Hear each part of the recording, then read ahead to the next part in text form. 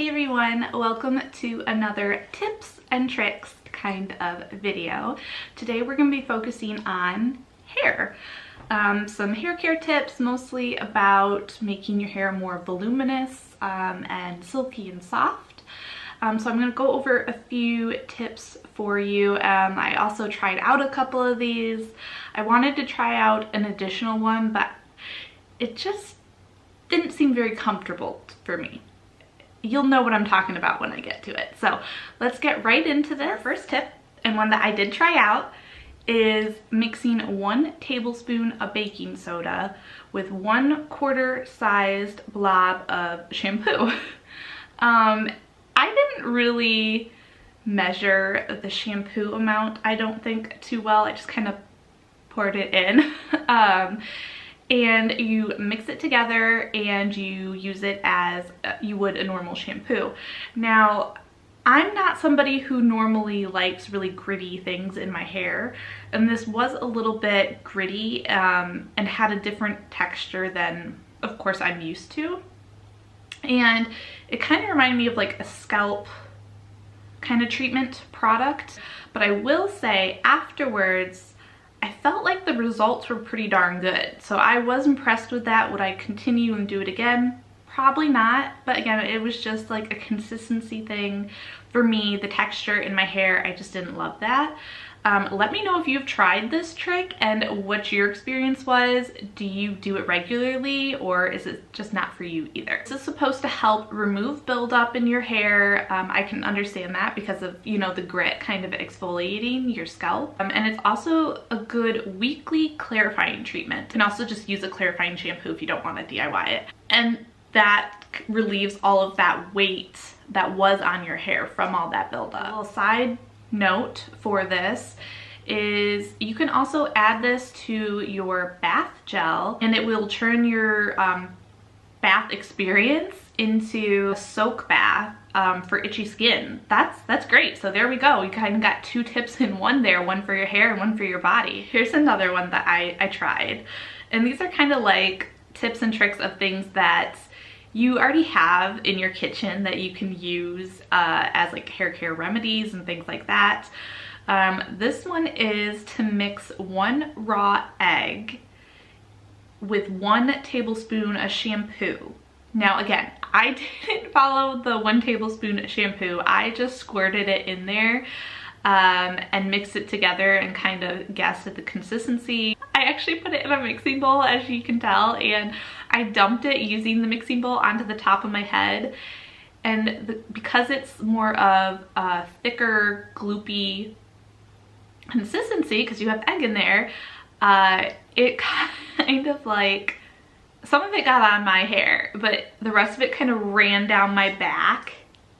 Oh, it was such a weird feeling. So that was me. That was a user error for sure. Do not use hot water to wash your hair of this, you know, this mixture.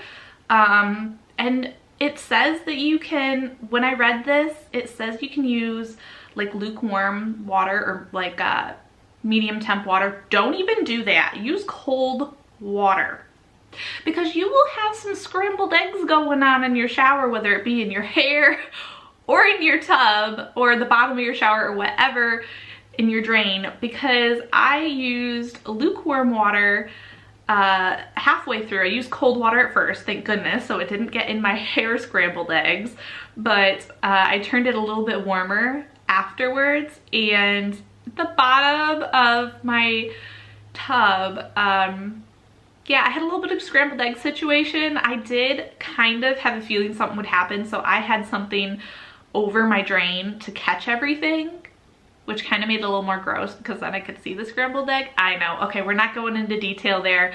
Just please, please use cold water if you use this trick. I did see great results afterwards. I thought it gave my hair really good volume, especially up top. I felt like it made my hair feel smooth and silky. Like, my hair just felt amazing afterwards. I would say out of the 2, maybe this one was my favorite. This is supposed to add boost and body and shine to your hair. You can tease your hair at the crown for some more height, and I have done that when I was younger. I did that trick. I didn't love doing it just because it kind of does create some rattiness up here when you're trying to brush it out. If you dry your hair, which I air dry my hair, but if you use a blow dryer, you can aim the nozzle of your blow dryer at your roots to hold them up, like kind of like this way, and dry it. Okay, so here's another blow dry one, and it is to massage your scalp while you're blow drying, because this will help kind of lift the roots of your hair,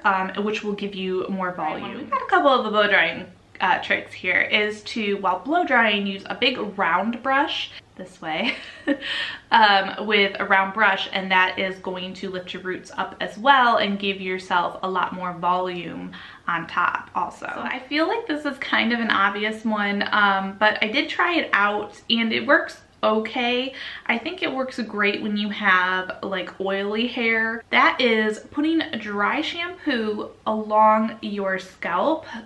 So you would just take pieces like that and then spray it and then kind of move down and go through, and of course you want to make sure you get to the back of your head as well, not just the sides. It'll look a little funny. So putting dry shampoo around the crown of your head will help give you some volume. It gave me volume this way, but not this, like, here, let me shrink for a minute, but not this way. So here's the one I was going to do and then decided not to do. If you put your hair in pin curls while it's wet, I think it only works if it's wet. I'm not 100% sure if it works if it's dry. While it's wet, put your hair in pin curls and then you sleep in it like that.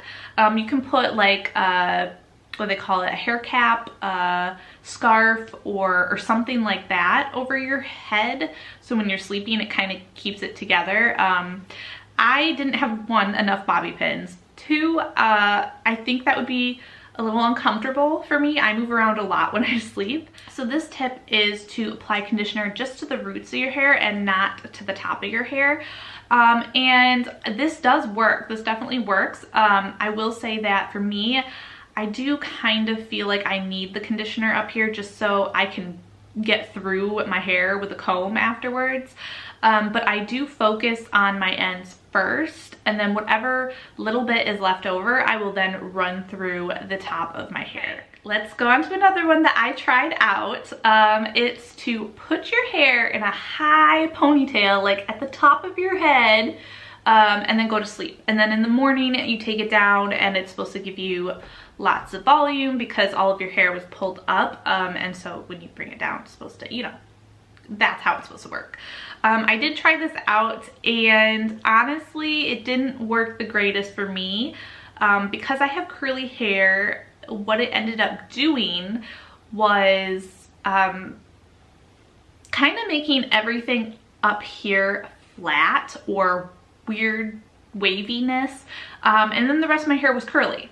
So it looked very odd, and it didn't give it enough volume because of the flatness of the top part and then the voluminous curls. It wasn't necessarily that it didn't give it volume here, it just was the difference in texture of hair, I guess you could say, or style of hair.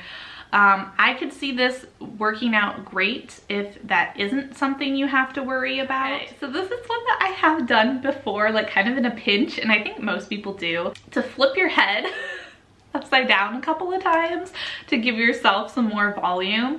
And I did try this out, and for some reason when I filmed it, it didn't look like it worked.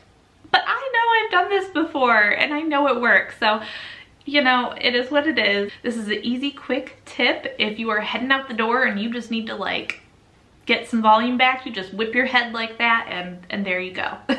I think this tip actually works a lot better if you leave it. So as soon as you come back up from flipping your head, if you leave it the way it is, it gives you a lot more volume. Whereas I feel like if you then brush through it with even your hands, it's gonna take away that volume. So you can also put dry hair in Velcro